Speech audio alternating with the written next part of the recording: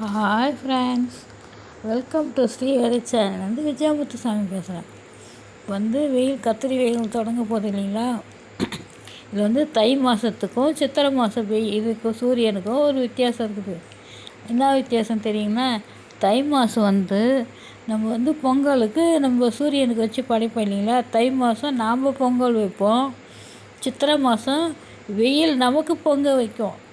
அதாவது ரொம்ப வெயில் ஓவராக ஆகிட்டு நம்மளை கஷ்டப்படுத்தும் அப்படின்றதுக்காக நமக்கு பொங்கல் வைக்கும் அப்படின்னு ஒரு சொல்லியிருக்கிறாங்க. இப்போ பசங்கள்லாம் தை மாதம் நாம் அதுக்கு பொங்கல் வைப்போம்.